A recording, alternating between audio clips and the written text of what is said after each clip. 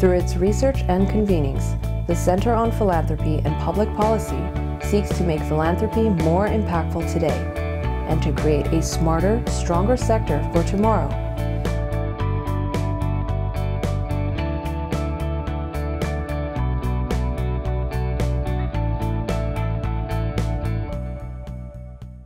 Welcome to our second plenary panel. This one is going to focus on the intersection of what we know about organizations and partnerships and networks with philanthropy and social impact. So we've got a great panel. Their bios are online, but I'm going to ask each of them to take a minute to say who they are, who they're affiliated with, and just a sentence about your research so that we'll have a context for the conversation that we're going to have this morning. Okay? Michelle, you want to start? Sure. I'm Michelle Shumate. I'm at Northwestern University, and I direct the Network for Nonprofit and Social Impact there. And in a sentence, my guess, my research focuses on how organizations work together in order to achieve impacts they could not on their own.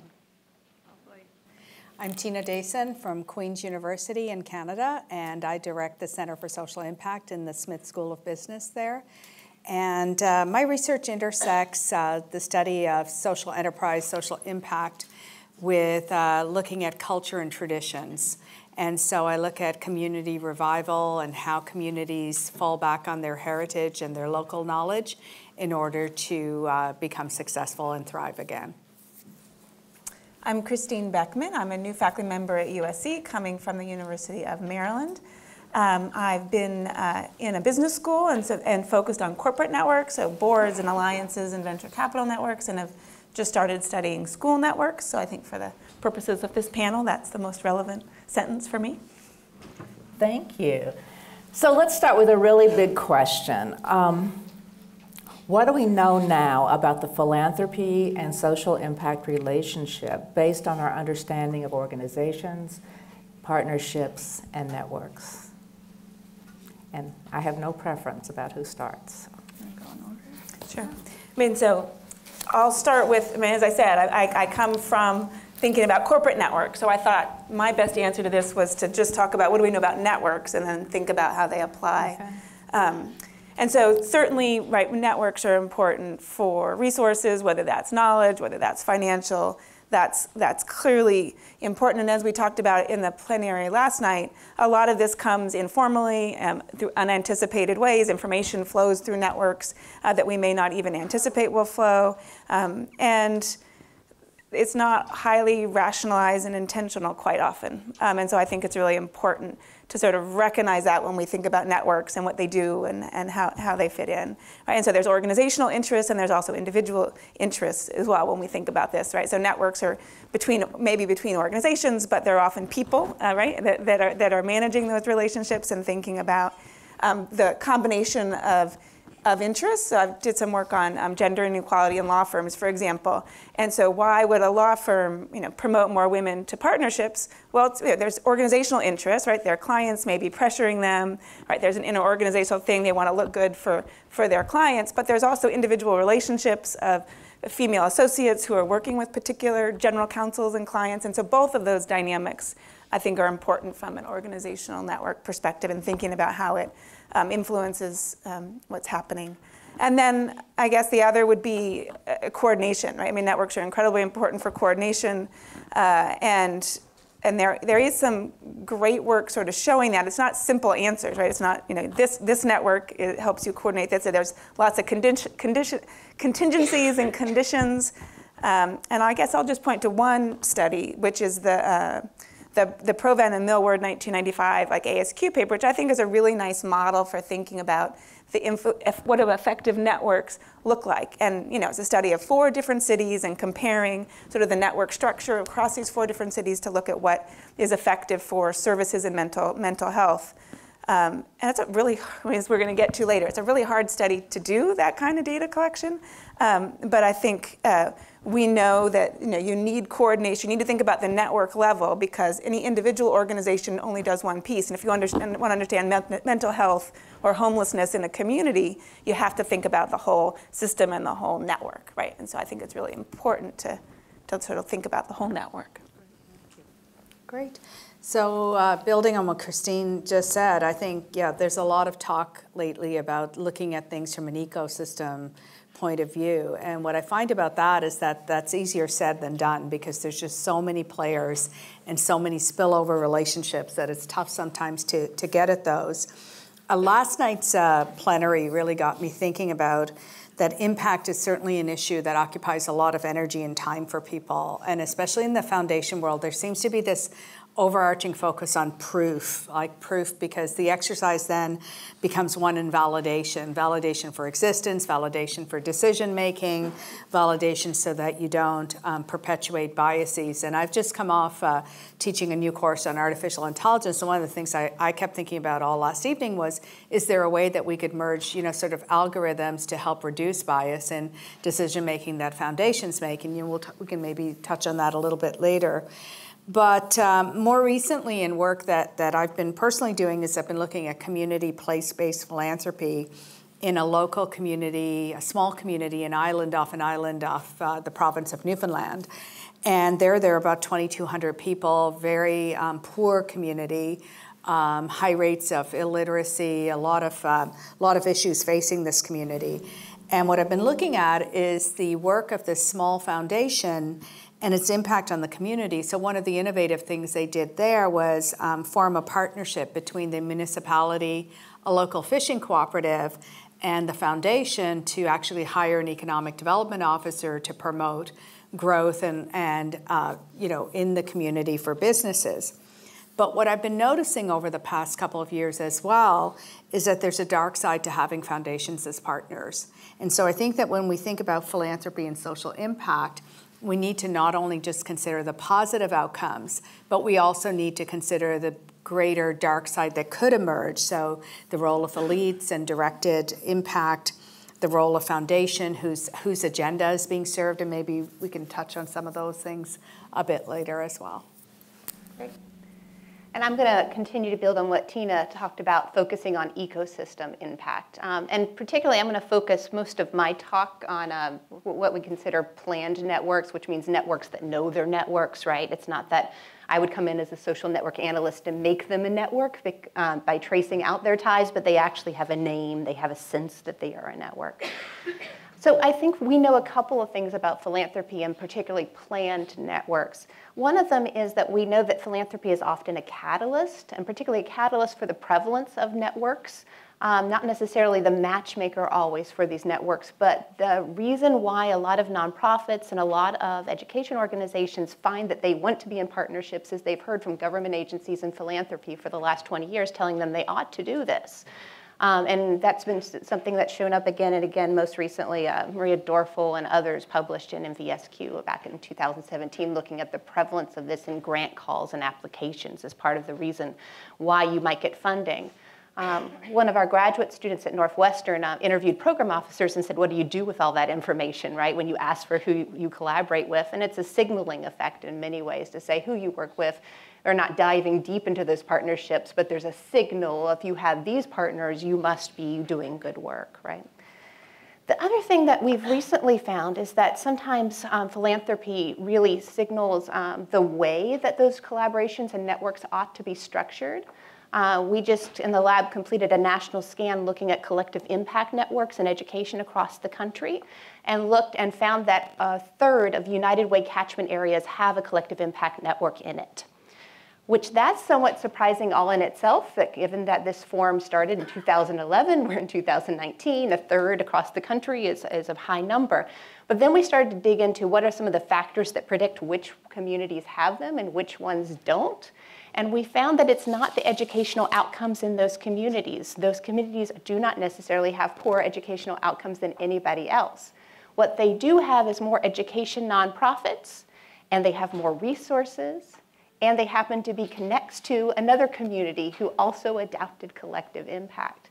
And so sometimes the forms which communities adopt when they think about networks have a lot to do with what's in the air, the discourse around networks, and a lot of that comes pushed through both philanthropic organizations and what we talked about a little bit last night, the second tier of consultants who come along with them and have a particular type of form.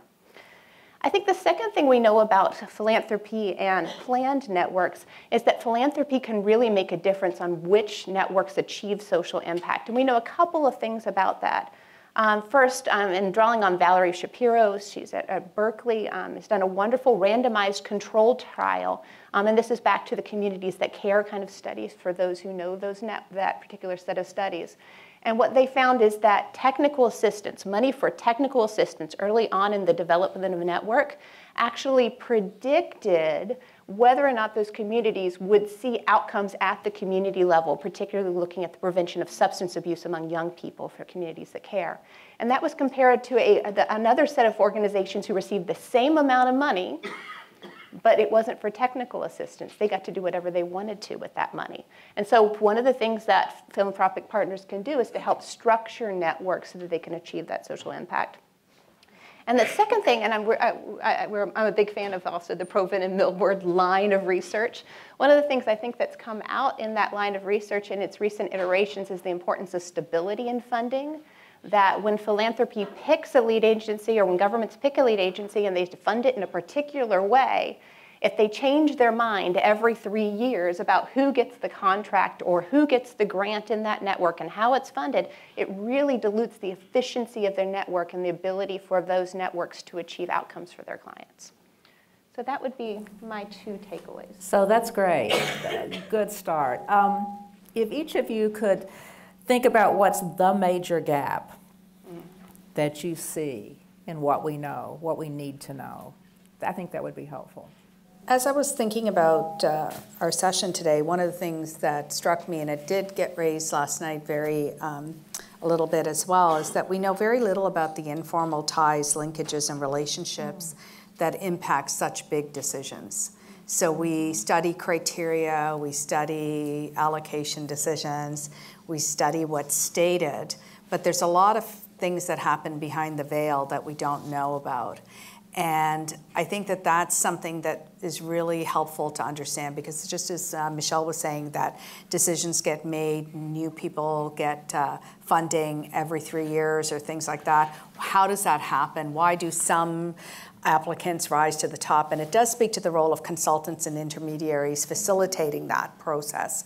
But we know very little about the informal ties, the informal networks that also facilitate the large flow of capital in this space.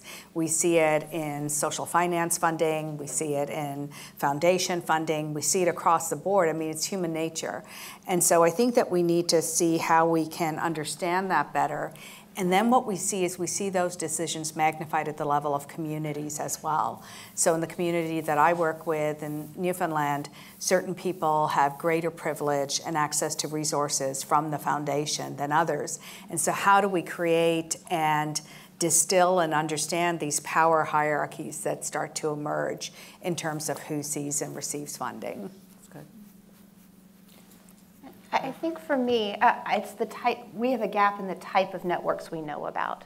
And in part for some of the reasons that were talked about in the plenary last night, we've tended to study human service networks when we've looked at planned networks, and that's great, but that allows us to have a very concrete satisfaction, number of people served kind of outcome.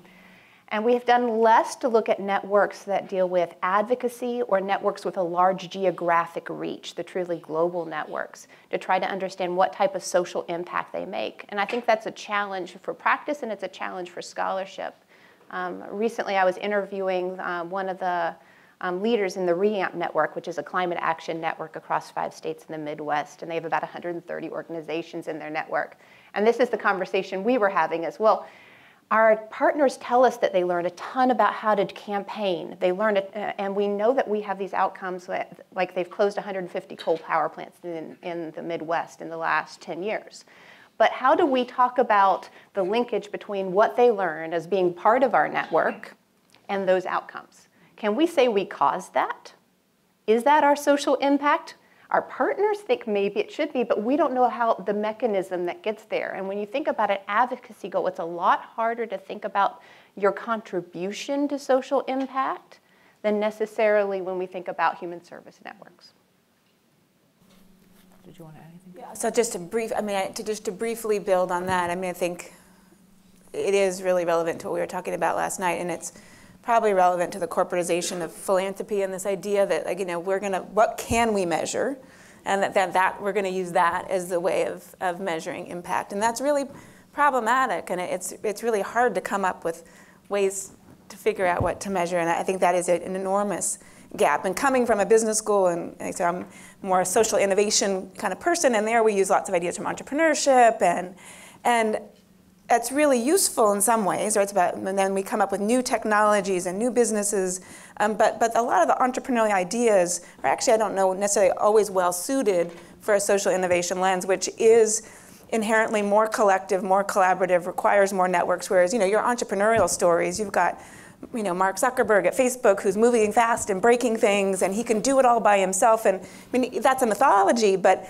it leads us to think about these problems in very narrow, atomistic ways, which is not at all the way we need to think about if we're going to be thinking about social innovation and social impact. So I think it's sort of a second to what Michelle was saying. Let me build on that just a little bit, because we talked about this a little bit last night too, but what are the research approaches we should be using then to deal with these gaps?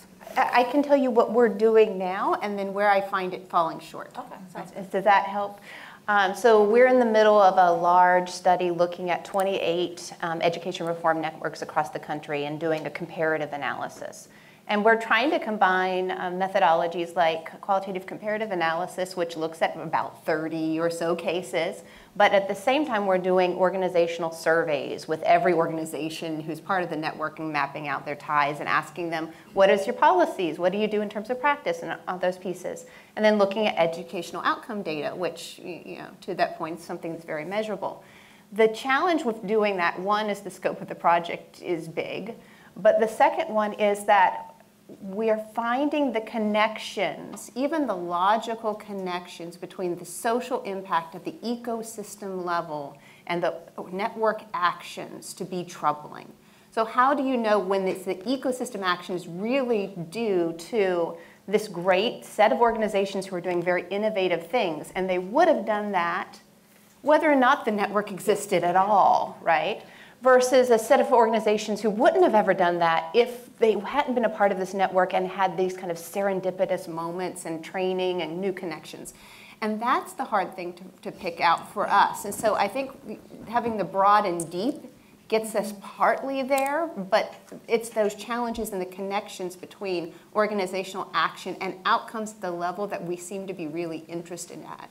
That's difficult. Causality question. And it's really hard to do a randomized control trial on some of, how do these pieces work together, and so there's some of our great methods for causality can't really, you have to get it exactly right. So if you get it right, great, but it's really easy to spend a lot of money and find nothing because it wasn't exactly, and it was a combination of things rather than whatever it is you were able to manipulate. And I would just say too, level of analysis is so important, because if you want to study outcomes at the community level, you need to also embed yourself in the community.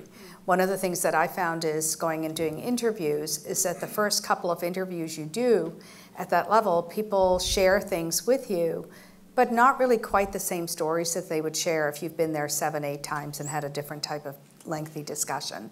And so what happens is, and I saw this as a boundary of a lot of our research now, is that people go do their first interview, their second interview. Those are the interviews that get collected for the research that we publish.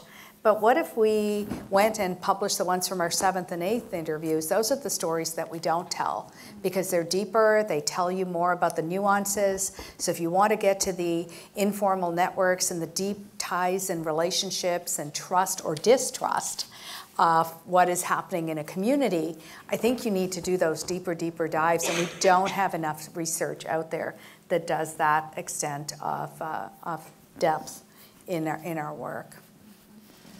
So I think you really addressed the challenges pretty well. I would just say last night we spent a lot of time talking about data. Are there things other than data that we want to highlight about the challenges that we face in doing what we've just been talking about? Yeah, go ahead. I mean, it's data and it's research design. I mean, it's not just about data. And then I think, thinking about what's the right dependent variable. Right. I mean, I'm a big fan of sort of, more unobtrusive measures, and what are the ways you can, so the Golaskowitz stuff. Like, what are children doing on a Saturday, and sort of using that as a way to map out sort of I think there's a lot of clever things that we could do. It gives it the data, but it helps us think about more of what Michelle's doing. That sounds exactly like right. And the big studies where you're doing comparative, but you're going deep and you're going broad. It takes a lot of money, though, right? It does take a lot of money. And time. I had time. So both of those. Yeah. I had something just to add to that as I was thinking here, is that last night we were talking about this, that we don't speak much about foundation failures either. And so we have little, like in the social enterprise space too, we don't talk about failure and people who fail. They start an entrepreneurial venture and it doesn't work out. And so how do we know what we need to know but don't know? Does that make sense, what I just said? Yeah. And so I'd like to know, for example, when you get into partnerships and networks, who are the partners not selected? Who were in your partner set but you chose not to partner with? We don't have that kind of data. We just have the selection side, who you actually picked. And so I think that that's also something that one could look at, is looking at the broader set of who was considered but not ultimately selected and why. That would be interesting data. That would be interesting. We can learn a lot from failure. So this has been, I think, an overview. We're going to now drill down a little bit into the content around organizational theory and strategy a bit more. Michelle sort of foreshadowed this. I think we know a fair amount about types of networks, types of partnerships. What does that knowledge gain us in this philanthropy social impact relationship? Well, I just to kind of push on this, I think that there is a divide a little bit in what we know between those of us who study what I'm going to call planned networks and those of us who study serendipitous networks, or those networks who don't know they're a network actually, but you kind of, there's a set of partnerships that if you trace them all out, they are a network. And people who study serendipitous networks often are really interested in organizational outcomes. So they're interested in things like survival rate or resource accumulation, or in my own work, I've done stuff on a nonprofit capacity. Like all of those things are really organizational level outcomes. Yeah. And that's where the focus really has been. And those who study planned networks often are interested more in these whole network effects, these kind of ecosystem impacts or impacts for populations. But we don't have a lot of that crossover talk between them, that's right. Which really starts to try to understand the ways in which some of those organizational level outcomes actually lead to community level outcomes, or vice versa. And I think that that's one of those areas of opportunity in the research.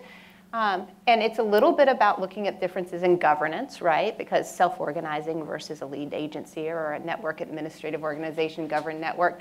But it's also a little bit about identity and how those partnerships get formed. And I think that we need better research that really drills into that.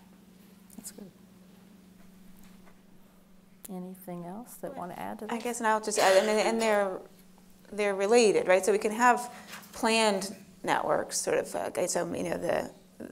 a centralized formal approach that might work really well, but there's also informal networks embedded in there that are also influencing what happens. So if you compare sort of this, the centralized network where the central actor has a lot of control and it's well resourced and is very stable, that's a network that's going to work really well. You can think of other centralized networks that there's a lot of informal stuff happening under, like, so I think about like Newark, the school, like the $100 million that Mark Zuckerberg gave to Newark, and sort of ended up, that was a very centralized attempt that totally failed, and the political and the social dynamics that are happening under the surface of those formal networks, I think probably play a big role in sort of and there's a lot of things originally that went into that, but I think that there's also different outcomes that we're interested in, and both of those networks are happening at the same time, right? The informal and then the formalized planned networks.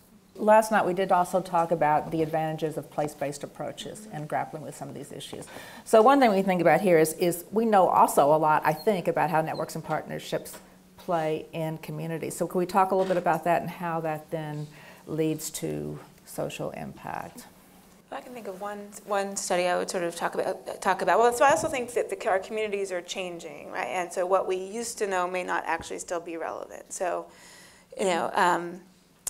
so we talked a little bit, someone mentioned last night, right? We know, how does corporate philanthropy work, and sort of business leaders in, Minneapolis, and sort of how does that facilitate social cohesion sort of in a community? Well, we also know that the social cohesion in communities is sort of deteriorating, and there's a lot of work sort of showing sort of the fracturing of sort of the corporate elite. And so then that means what we used to know about how networks and partnerships develop and support communities may not be how it happens right now. And there's a woman named Samantha Kepler who's doing interesting work on school networks, and they're under-resourced.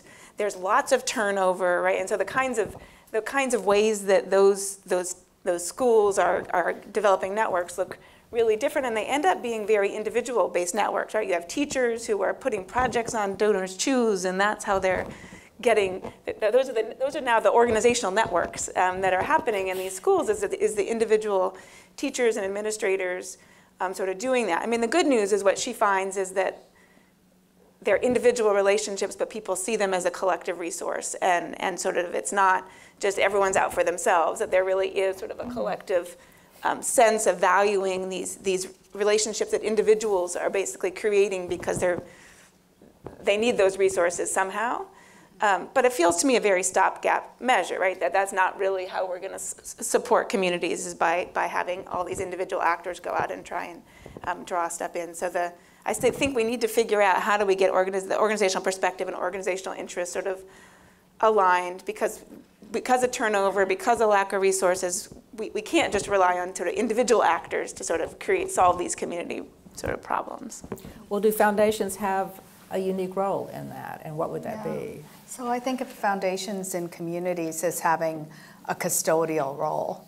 So when we think about communities, it's what is the custodianship? Who are the custodians of this community? And it's more than being a funder and more than being a champion. It's about looking at those diverse interests that exist in a community and finding the common values that align the different players and bringing those players together, whether it's by convening, whether it's by funding specific projects to align interests so that you harness those interests. I love the quote last night. I believe it was Peter that made it, that said, philanthropy is about the expressive needs of donors to connect their own values to communities. I thought that was interesting, right? Because in a large number of communities, we see that, but I don't know if that's all it's about. So that's and right? Don't know if it's good or bad, good or bad. Well, and I have it here as the dark side, because I think it is. That's where people feel then that they own the community simply because they've given to it and invested in it, and that may be the wrong way of thinking about their investment. And I think it's really helpful to think about the ways that foundations can help or hurt in their roles. I mean, often they do play this role of network orchestrator. And network orchestrators can do that in a variety of ways, right? Some network orchestrators, they are very directive.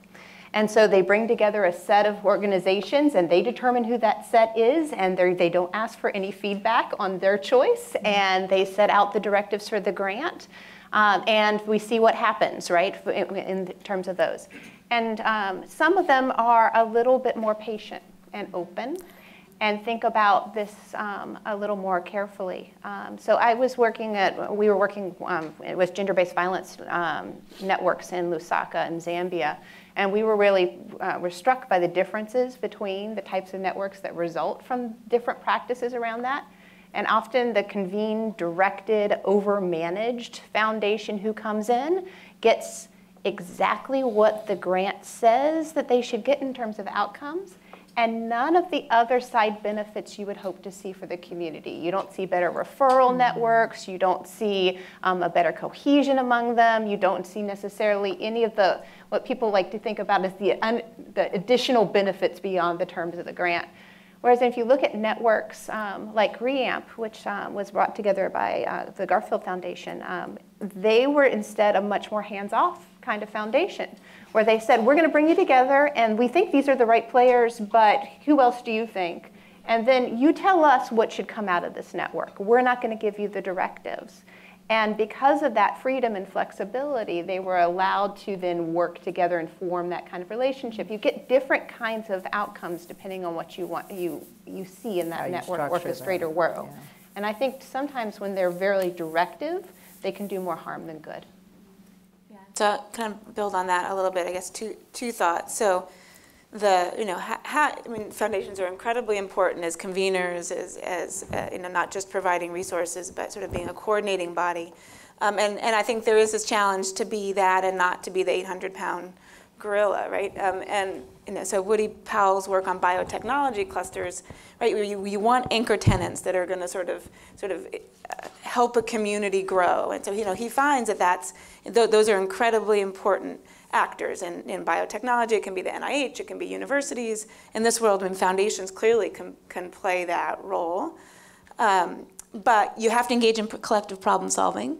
You can't have the answer, and you have to sort of not insist people play by your rules, or it sort of then has a dampening effect rather than a positive effect. So I think that's a super important point to reiterate. I mean, people will jump if you say jump, but if you want substantive change, you need to engage in sort of the collective level, which can be hard. There's these inherent power asymmetries because of resources. And the other point I would make sort of in terms of the role of foundations would be going back to sort of the planned versus the emergent sort of networks. So New School's Venture Fund is a venture philanthropy that gave out a lot of money in education reform, and they had a big annual conference where they've been doing for 20 years and bringing people together in the community. Lots of networks, lots of informal relationships that got created.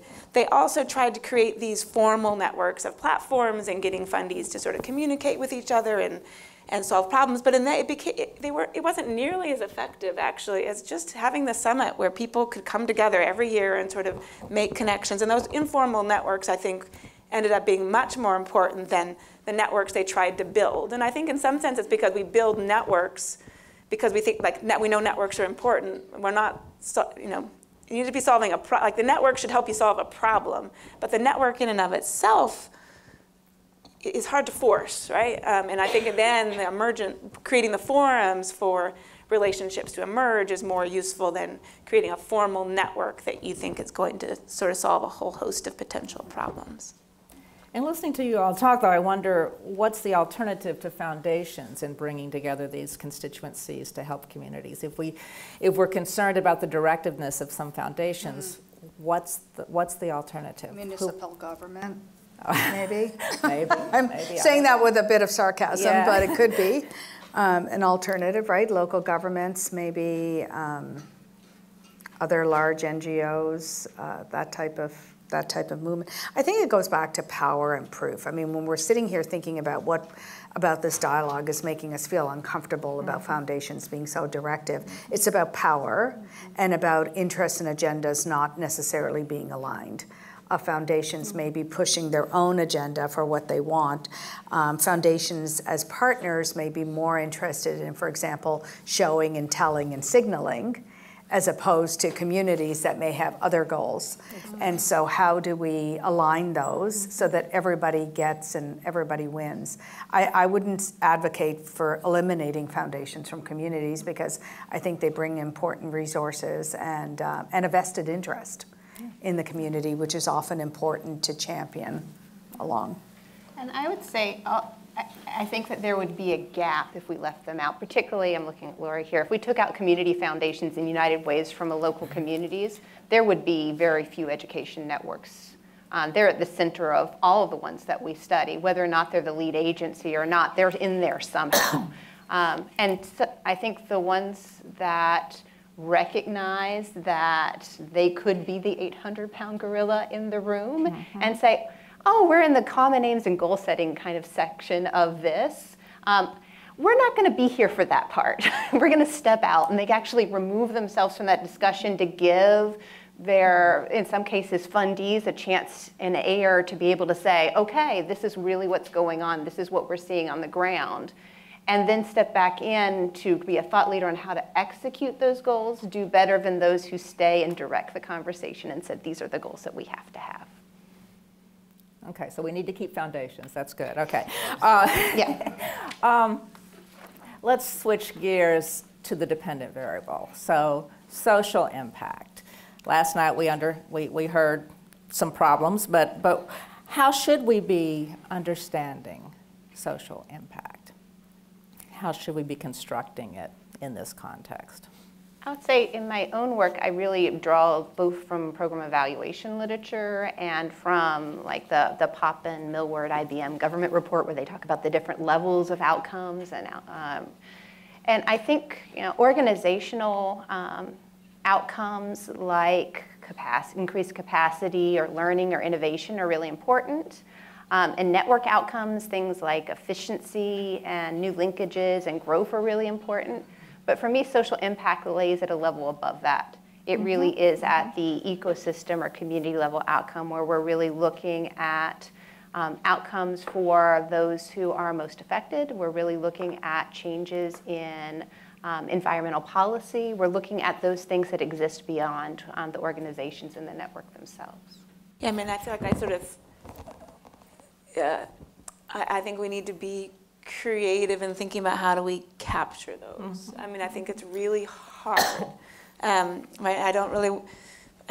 We talked a little about should we measure, a philanthropy strategy? As someone who comes from a strategy department, no, I don't think we should because strategies don't actually map onto what organizations necessarily do. I think I don't want us to over-rationalize and sort of over-assume that sort of the intentional is going to. So I think we have to be really clever. So to think of another example, a colleague studying violence and safety and sort of how do we determine whether the changes in our policing are actually making our neighborhoods safer.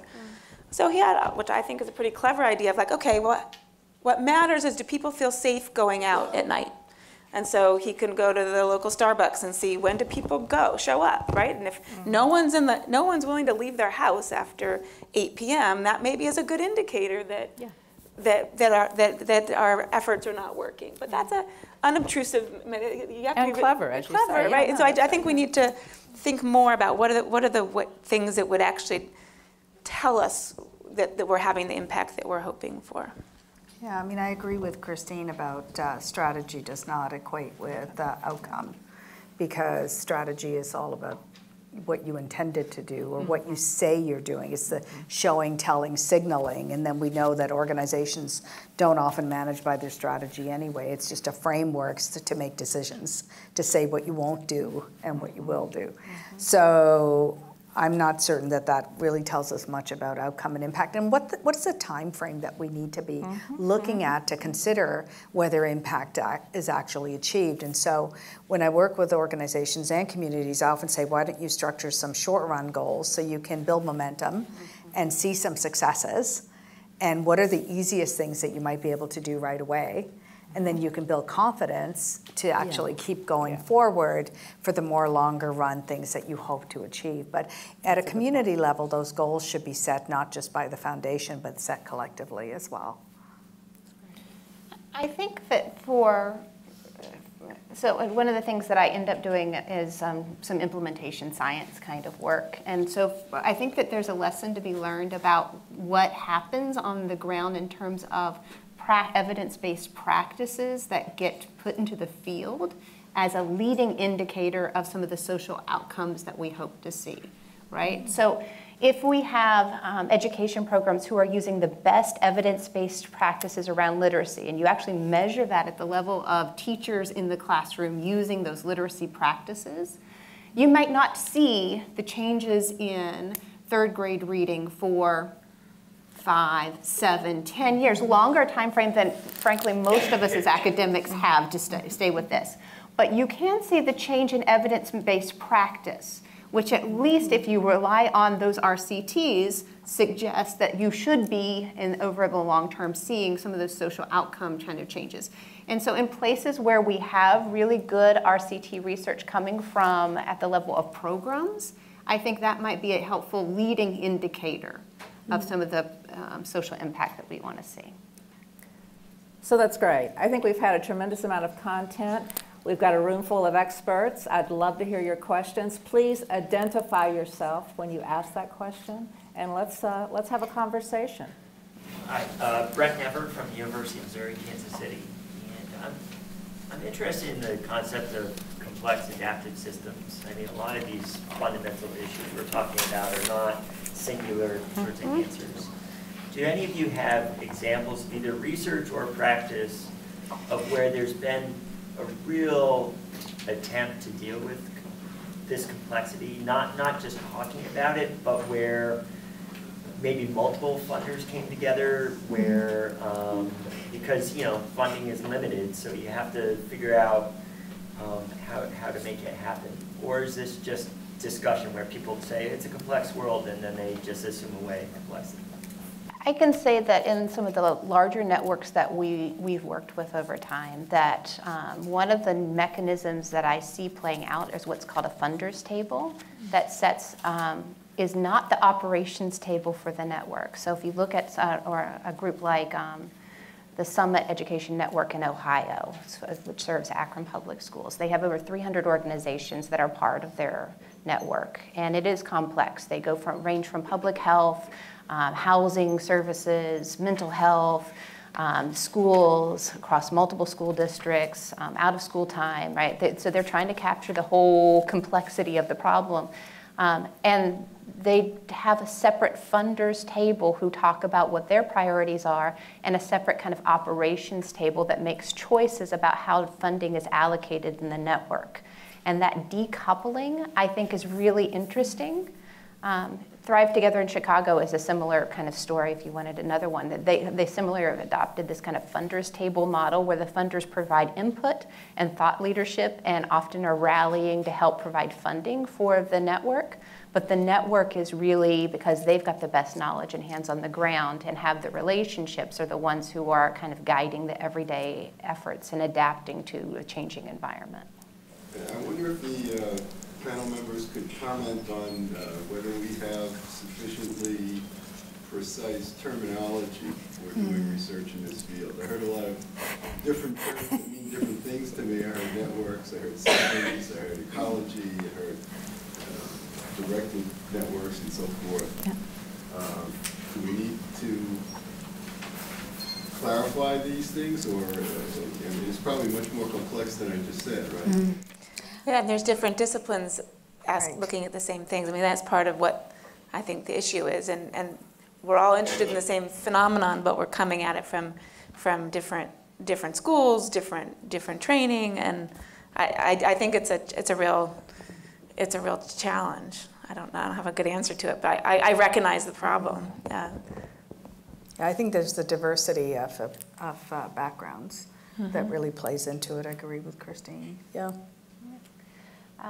And I don't think it's for lack of effort to clarify our terms, but perhaps we are in need of a good systematic literature review that would say these are the ways that these things have been defined. And I don't think that it's just a matter of semantic distance, though, between terms. I think sometimes our terms, we use network to mean a lot of different things when actually we mean different things. That there are, that this is not all the same. And so it's not just a matter of one person uses one term, another person uses another, and we all mean the same thing. Sometimes we use the same term and we mean different things, and so there's a need for greater clarity there. Like collaboration and partnership, where I think everyone means something different when they say this. And exactly. Gary Painter, I direct USC's Price Center for Social Innovation, and I was curious, based on the organizational work that you've done, what are the pros and cons of adopting a both-and strategy as it relates to holding oneself accountable both to the community or population level outcome you hope to achieve, whether it's graduation rates in education or housing stability or something like that, and kind of also committing yourselves to kind of rigorous program evaluation of initiatives? Do you feel like the more successful networks have kind of leaned one way or the other, or have you seen models where people have been committed deeply to both that have been successful?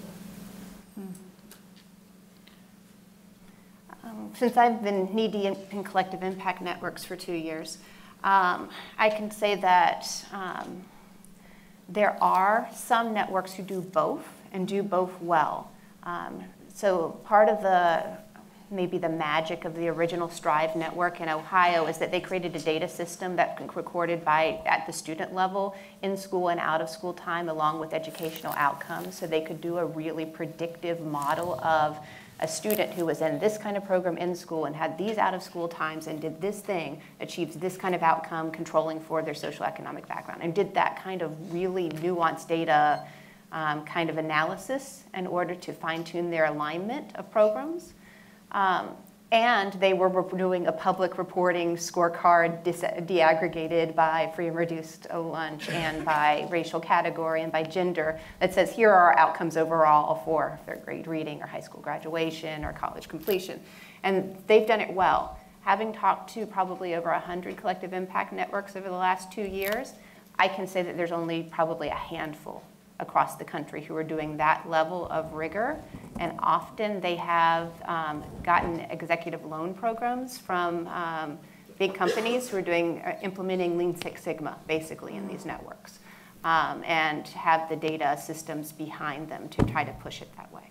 So I'm Julia Carboni. I'm from the Mackin School at Syracuse. I wonder if you guys could talk more about power dynamics in networks. So you have these foundations that fund networks, which sets a power dynamic. And so in terms of who gets invited, who gets represented in the work, and whether foundations are, or any kind of funder is listening to the organizations on the ground that are doing the work, sort of this complex adaptive system, are we adjusting, or is power sort of driving the way that things are developing?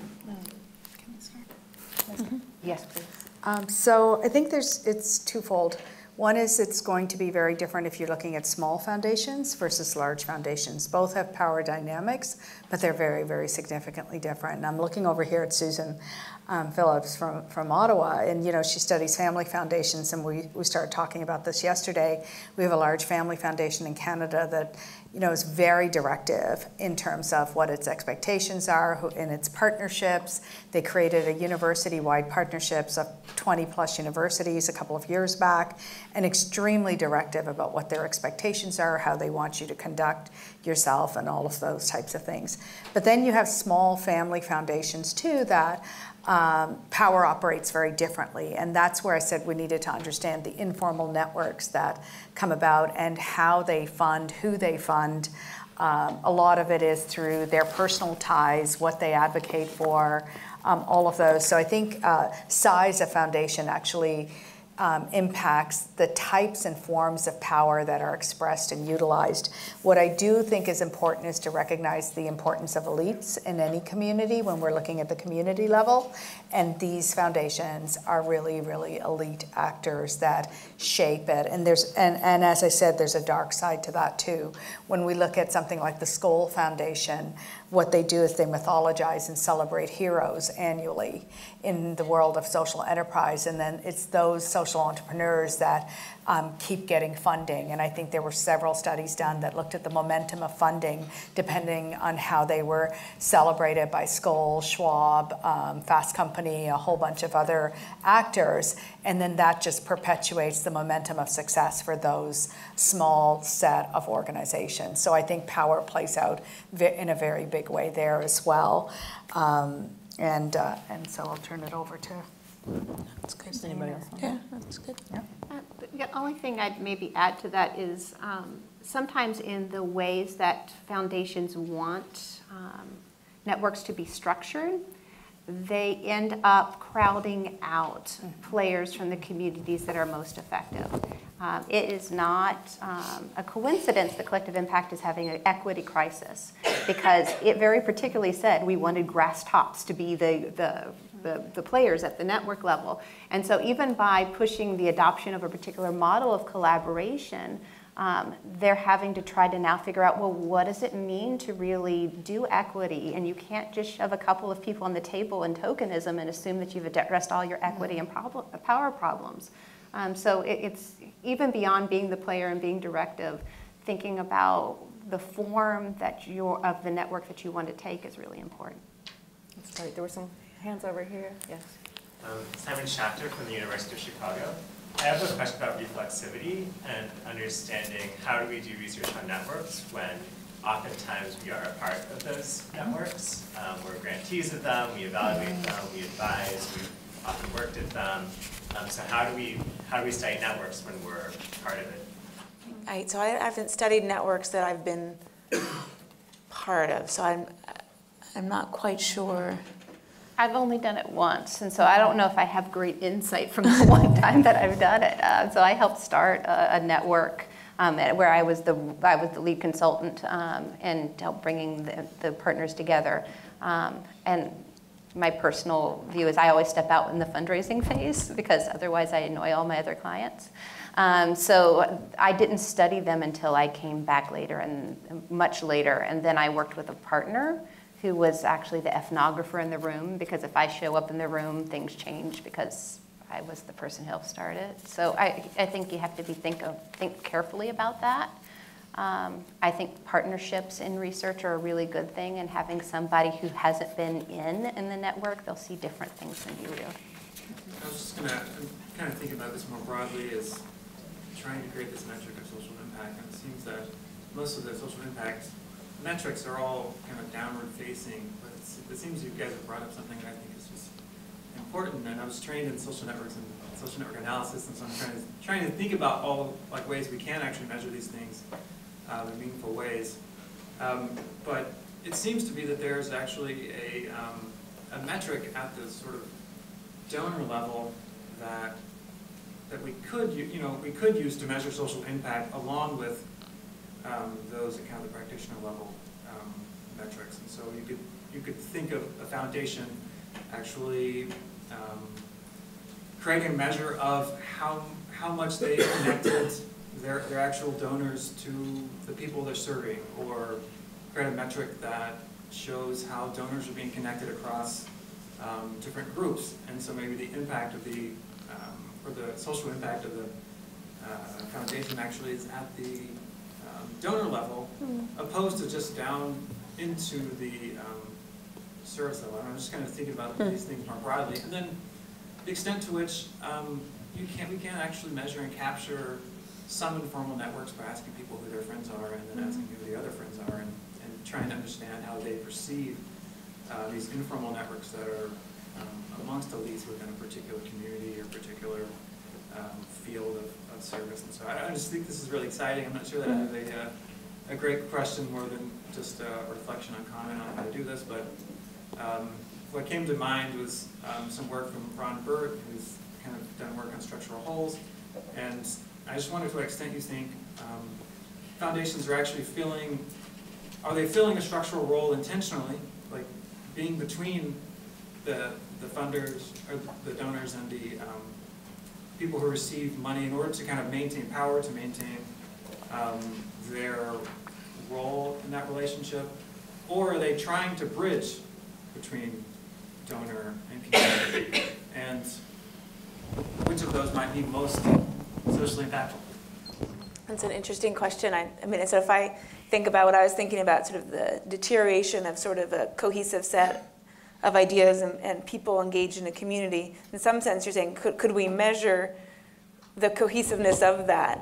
You know, you wouldn't want just to be the elite, right? But sort of the actors interested in sustaining and improving this community, and that those relationships would be an outcome that would be valuable. I think that's a super interesting idea. I agree I think that's the implication, is that is an outcome that we should care about too, because you need those relationships in order to have sort of a network, sort of a set of interests and plans. I like that. I think that's a good idea. Hi, Emily Wapuda, University of North Carolina, Chapel Hill. I recently had an opportunity to lecture to a group that was interested in tri-sector leadership, and they were out of business school, maybe about to graduate type students. I personally harped on public-private partnerships to them, but they were literally being groomed to do this tri-sector leadership thing. And I just wonder if you guys have thought about how, is there a new wave of talent that's helping us work together better or more of the same? You know. Yeah, not at my business school. I will just say that. They're not focused on tri-sector, maybe bi-sector, but not tri. Yeah. And so the TRI is nonprofit, business, and government? I presume, yeah. Yes, so that's so basically they were opening their eyes to horizons and jobs in the nonprofit sector. Like basically you all don't have to go to private sector. Yeah, kudos to them to do that. That's big. And I didn't know how big that is and if you guys have noticed any change in personnel and staff that's maybe a new spirit or a new rising coming from the staff because they're the ones really working together, right? Yeah, big focus for us is on entrepreneurship. I think if anything has really skyrocketed in the last decade, it's this focus on helping students become entrepreneurs. But the tri-sector the job openings are very limited. So I think that's where the market then dictates to the career services in the school what they focus their attention on. But it's really intriguing that you raise that, yeah. I think for our business school, it's also entrepreneurship and less tri-sector as well. I don't know about your pastor, Christine, but There's certainly people that are getting masters in public policy and MBAs, sort of. I mean, there's sort of a dual program, and then there are sort of a set of people certainly very interested in that. And I think at Maryland, I think there are a fair number. I haven't heard tri-sector as the term, right? But I do think that there's a lot of people sort of interested in that. I mean, my sense from the business school perspective is that it's a little, I mean, talk about 800-pound gorillas. I mean, I feel like there's something, like an ideology of sort of the business that's something like we're going to create some new terms to talk about something that people have been talking about in public policy for a long time, and we're going to solve their problem because they haven't figured it out. So I worry a little bit that there's some of that going on. Exactly. Nick? Wanted to hear your thoughts about how to think about scale in network solutions to social problems. So if you transplant a really great, network strategy from Green Bay to Los Angeles, that's 50 times more people, but you can't just go find 50 times more organizations and get them in the same conference. You'll get a network that is a lot more diffuse and just isn't going to have the same strengths and weaknesses in solving problems. So, I don't have a more definite question than that, but, we're part of the reasons why we have network solutions is to do things at a scale that no organization, of course, can do by itself. How do you see the role of larger and smaller communities affecting the network strategies that people choose and what seems to work? So when we started this project looking at education communities across the country, we sat down with our policy advisory board, and one of the things they pushed us to do is to not choose communities that were too similar, but to really look at communities that were quite small, to think about rural areas, and to think about larger metro areas and try to find, their advice was try to create a project where every community could find themselves. That was their thought, and I don't know if we succeeded at that. But that did push us to think about this problem of scale, and I can say that in looking at our communities, smaller communities, networks are more individual than they are organizational. And we know that because when person A moves from organization A to organization B, all of their ties go with them. And they don't, and that organization they were at, all of those ties disappear, right? And so, and often those folks are wearing, in small communities, are wearing more than one hat, right? They're on the school board, and they happen to work at this organization, and they have all of these different roles, right?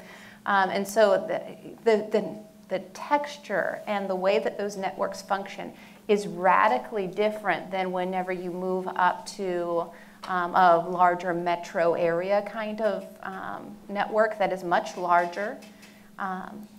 Often being in a larger network means you have to be more centrally governed. We don't see any networks with over 100 organizations that don't have central governance. You just can't self-organize once you get to that scale and size. I mean, it just becomes untenable for people to begin to think about that. And so it changes the ways that those organizations operate, and by making them more centralized, they become more professionalized, and then they become more data-driven, right? So I think that as we think about scaling networks, you couldn't take that.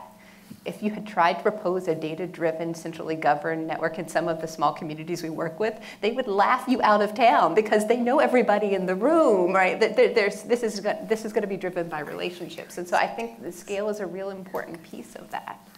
My name is Christoph Brandner. I'm in the sociology department at Stanford. And I want to ask about indirect effects of foundations. So a lot of research on philanthropic action necessarily focuses on direct effects, such as network coordination, grant making. But earlier terms such as community power and elites came up, and that reminded me of Ed Laumann's view and also Joe Velasquez's, that communities really are networks of organizations. And so I'm curious what you think we can learn from the presence and practice of foundations in a community, and what that tells us about the community itself. Yeah, I mean, I guess my question earlier was, is that still true?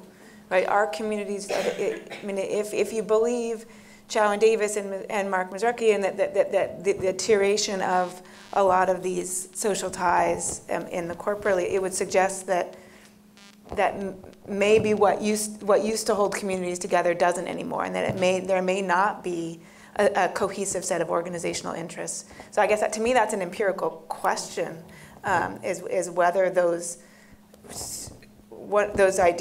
things are still applicable today, and if not, what's taking its place, and is it a set of individual, and maybe Michelle's research could speak to this better, but I guess that, to me, that's an empirical question, is whether there still is a cohesive set of organizational interests, and in what cities is that still the case? Susan Phillips from Carleton University in Canada. I want to come back to the question of measuring impact, because in the continuum from looking at strategy to looking at population or community change, it seems that we're missing an important part. And we know some of the elements that lead to social impact, usually in the context of systems change, from the systems change literature. That foundations need knowledge of community, they need to engage with, however they animate networks, they need to build leadership capacity, etc. It seems to me there's a lot of, that we could model those elements conceptually, but then we need to test, which goes to so the dependent variable is the likelihood that the foundation has the capability, the measures in the systems, its own systems in place to achieve the likelihood of change. That we need, first of all, to do more conceptual work about what are those components, and then to really test them. Do we need all of them? Which matters? So is knowledge of community more important than engagement? How do they fit together then as a kind of foundation system so that it is decently placed then to achieve change? I wonder would that take us anywhere? Comment on that that is a missing middle piece. I'd have to reflect on that too a bit more. I mean, I think as we're thinking about it, who goes in the middle is really crucial, because people were talking about the consultants and intermediaries, but there's also a whole other bits of the process. So looking at papers maybe that have modeled the process of how impact gets achieved and gets measured. So more process studies that would allow us to see what's missing would be important. And these multi-equation models, this came up yesterday a bit, right? We need these levels that connect to be able to, these are hard things to pull off empirically given the information that we have. I have two ideas that came up, be generalized. One is Christine's idea about the crime thing, people go out at night. The other is Chris's idea about continued donor engagement. So you can't measure directly what you want to measure, but those people can. So you measure them. So it's like a reflection of the social impact by the voluntary continued engagement of the people who are trying to help and the people who are trying to fund that. It seems like it's harder in like so you're talking about advocacy, and I mean, there are certain kinds of organizations that are trying to have an impact that I can't even figure out what those unobtrusive measures would be that would sort of measure the impact. But yeah, so I think the dependent variable question is a really hard one. It's incredibly frustrating, and even if we sort of do the RCTs to get us to pieces and say, okay, if we do these things in the short run, we know in the long run we're going to have an impact. That's hard from a publishing perspective, right? It's really hard to say, well, I don't know that there's going to be social impact, but these things suggest that it's not. I think from a social impact perspective that might work. From a publishing perspective, I'm not sure it gets us all the way there, because we need people want measures of the things. Yeah, and I have this idea that I've been thinking about for the last year or so, which is that I think that there are times in which maybe donor networks or even the community-based networks and their satisfaction with those ties are actually horrible predictors of social impact. And this idea struck me actually coming from implementation science, because one of the things that implementation science tells us about the adoption of new practices, particularly around evidence-based practices, is that if people are too happy with themselves, they actually don't implement evidence-based practices as well as if they are a little bit discontented. You want them not to all be happy. If everybody's really unhappy, it's bad. If everybody's really happy, it's bad from implementation science point of view. You want them to be in the middle of that You want them to be somewhat unhappy with the way that the organizational process is working. Because otherwise, they won't be motivated enough to make the actual changes in practice. Because ultimately, if organizations don't learn and change the way that they do things as a result of being in the network, you really have no impact. So they have to be motivated enough to change their internal practices and do something differently. And that different practice has to yield a positive impact. And that's that chain of events that often has to happen that's difficult to measure. But I think is the right levers. I'm very cautious about the idea of like donors continuing to be retained as being a measure of effectiveness, because I teach students how to retain donors, and often it's not because of how effective they are. They do this for a variety of other reasons. And so there's a lot of other mechanisms at play in those donor networks and in donor engagement than just straight up social impact. How you see, when you were talking about very directed networks and the value of networks that are not as directed, I'm very curious how you see the role of the board of the foundation involved in that process. And I ask this because funding networks in and of itself is very, very hard. You're not funding an actual activity in the sense of a directed service. But then to go to a board and say, we're going to hope for the best. We're not going to ask for measurable, defined outcomes. We're just going to establish this in the hopes of something positive happening. My board would never buy it. And I don't know how you do that, and I'm really curious on the networks that you talked about that are not as directed. What do those boards look like? And how do you get to the place where they say, here is this much money, go for it, let's see what happens, versus I need to see this in order to fund that. So in the networks that that I've worked with, and in the cases of when I do executive education around this, and so I talk to a lot of people who are trying to figure out how to tell their boards things. I think that the story goes something like, we have selected this set of partners because we really believe in what they have individually already been doing. This is their track record.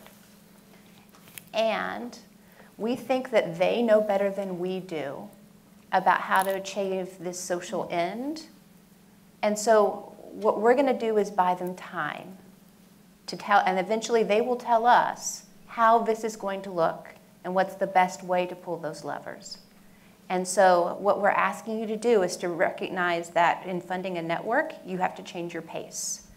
That most of the research on networks says you're not going to begin to see social impacts until after year 3, maybe longer than that, if you believe some of your Robs and others were QCA research on this, right?